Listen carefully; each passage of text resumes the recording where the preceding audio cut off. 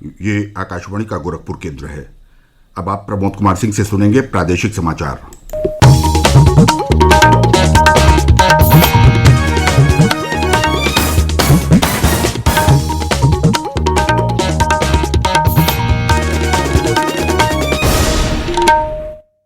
नमस्कार। बुलेटिन में पहले मुख्य समाचार। केंद्र कल से सभी राज्यों और केंद्र शासित प्रदेशों को कुल कोविड वैक्सीन का 75% निःशुल्क उपलब्ध कराएगा। प्रदेश में कोविड टीकाकरण अभियान में आएगी और तेजी। कल से प्रतिदिन 6 लाख कोविड टीके लगाने के निर्देश। राज्य में कोरोना संक्रमण के 294 नए मामले सामने आए। सक्रिय मामलों की संख्या घटकर 4,957 रह गई। और पहाड़ी क्षेत्रों में हो रही लगातार वर्षा से प्रदेश की कई नदियां उफान पर।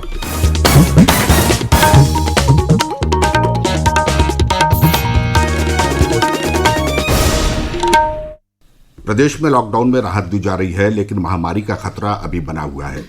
ऐसे में सभी श्रोताओं से अपील है कि लापरवाही न बरतें। जब तक आवश्यक न हो घर से बाहर न निकलें और इन आसान उपायों का पालन करें। मास्क लगाएं, 2 गज की सुरक्षित दूरी बनाए रखें, बार बार हाथ धोएं तथा साफ सफाई रखें और टीका जरूर लगवाएं। लोगों को कोविड से संबंधित जानकारी देने और उनके मार्गदर्शन के लिए राष्ट्रीय हेल्पलाइन कार्यरत है। इसका नंबर है 011-239-78046 और 1075। और अब समाचार विस्तार से। देश में कोविड टीकाकरण अभियान को और गति देने के लिए केंद्र सरकार कल से राज्यों और केंद्र शासित प्रदेशों को निःशुल्क कोविड टीकों का वितरण करेगी। अभियान के इस चरण में कुल कोविड टीकों का 75% हिस्सा केंद्र सरकार निःशुल्क उपलब्ध कराएगी। शेष 25% प्राइवेट अस्पताल खरीदेंगे। इस अभियान में 18 से 44 वर्ष की आयु के व्यक्तियों के साथ सभी आयु वर्ग के लोग शामिल होंगे। फिलहाल केंद्र सरकार कुल टीकों का 50% हिस्सा निःशुल्क उपलब्ध करा रही है। प्रधानमंत्री नरेंद्र मोदी ने इस संबंध में 7 जून को राष्ट्र के नाम संबोधन में घोषणा की थी। प्रदेश में कल से कोविड टीकाकरण अभियान में और तेजी आएगी। मुख्यमंत्री योगी आदित्यनाथ ने प्रदेश में चलाए जा रहे कोविड टीकों की संख्या बढ़ाकर 6 लाख प्रतिदिन किए जाने के निर्देश दिए हैं। इस समय राज्य में प्रतिदिन औसतन 4 लाख से अधिक टीके लगाए जा रहे हैं। मुख्यमंत्री ने कहा कि 1 जुलाई से टीकों की संख्या बढ़ाकर 10 लाख और इसके एक सप्ताह बाद 12 लाख प्रतिदिन की जाए। उधर प्रदेश में अब तक 2.5 करोड़ से अधिक टीके लगाए जा चुके हैं। एक दिन पूर्व 4,60,358 टीके लगाए गए। मुख्यमंत्री योगी आदित्यनाथ ने कहा है कि इंसेफेलाइटिस, मलेरिया, डेंगू, चिकनगुनिया, कालाजार और डायरिया से जुड़े मामलों की आशंका को देखते हुए प्रत्येक जनपद में अंतर्विभागीय समन्वय रखते हुए युद्ध स्तर पर संचारी रोग अभियान को आगे बढ़ाया जाए। मुख्यमंत्री कल लखनऊ में संचारी रोग अभियान के संदर्भ में अधिकारियों को संबोधित कर रहे थे।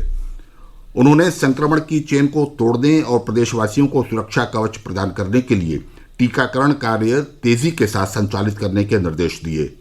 मुख्यमंत्री ने यह भी कहा कि जिस जनपद में कोरोना का एक भी सक्रिय मामला न हो और 1 सप्ताह तक कोई भी नया मामला दर्ज न हो, उसे स्वास्थ्य विभाग द्वारा विशेष रूप से पुरस्कृत किया जाएगा।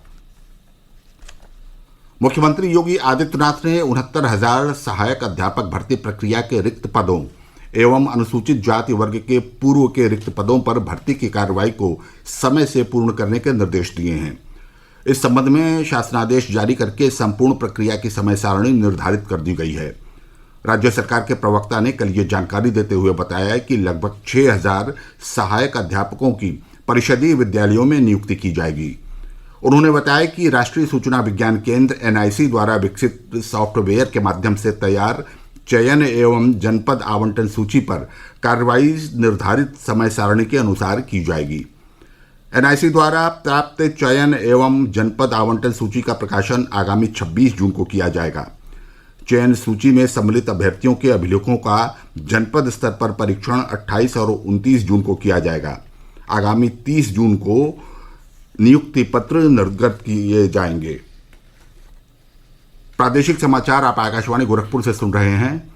ये समाचार बुलेटिन हमारे YouTube channel AIR news Gorakhpur और ट्विटर हैंडल AIR न्यूज़_GKP पर भी उपलब्ध है। प्रदेश में कोरोना के सक्रिय मामले लगातार कम हो रहे हैं। पिछले 24 घंटों में 592 लोग संक्रमण से ठीक हुए हैं, जबकि नए मामले 294 आए हैं। राज्य में कोविड के सक्रिय मामलों की संख्या घटकर 4,957 रह गई है। लखनऊ के अलावा राज्य के बाकी 74 जिलों में कोविड के सक्रिय मामले 200 से कम हैं।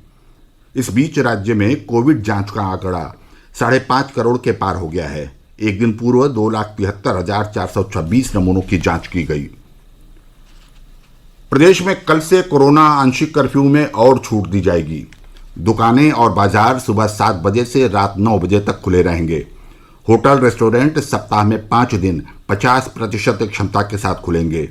मॉल भी सोमवार से शुक्रवार तक खुल सकेंगे। साप्ताहिक बंदी यथावत जारी रहेगी।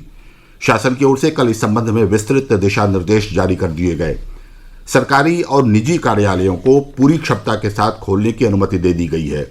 किसी जनपद में कोरोना के सक्रिय मामले 500 से अधिक होने पर वहां कोविड आंशिक कर्फ्यू प्रभावी हो जाएगा। नेपाल की पहाड़ियों में हो रही लगातार वर्षा से पड़ोसी देश की सीमा से लगे जनपदों सिद्धार्थनगर, महाराजगंज और बलरामपुर से होकर गुजरने वाली नदियों का जलस्तर तेजी से बढ़ रहा है।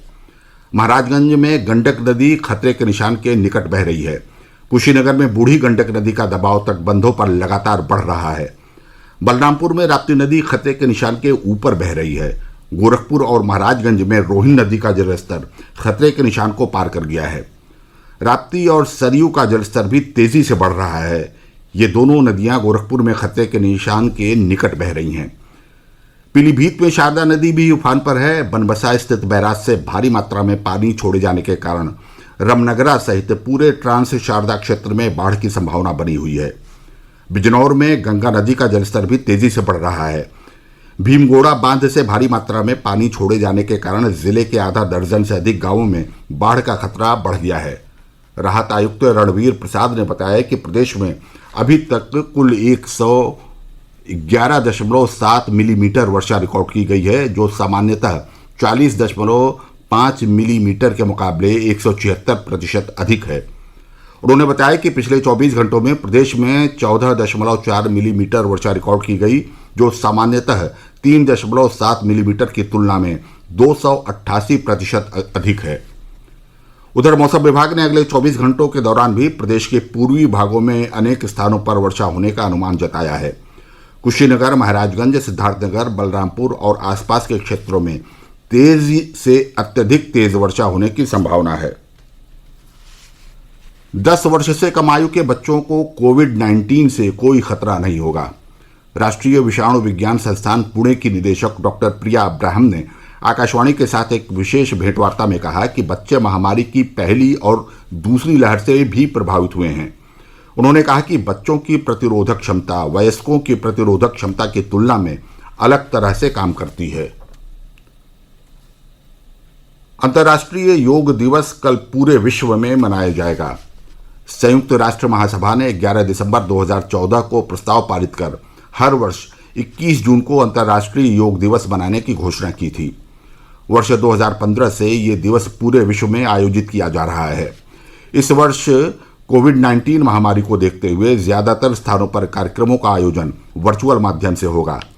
इस वर्ष योग दिवस का विषय है योग के साथ रहें, घर पर रहें। और अंत में बुलेटिन के मुख्य समाचार एक बार फिर। केंद्र कल से सभी राज्यों और केंद्र शासित प्रदेशों को कुल कोविड वैक्सीन का 75% निःशुल्क उपलब्ध कराएगा। प्रदेश में कोविड टीकाकरण अभियान में आएगी और तेजी। कल से प्रतिदिन 6 लाख कोविड टीके लगाने के निर्देश।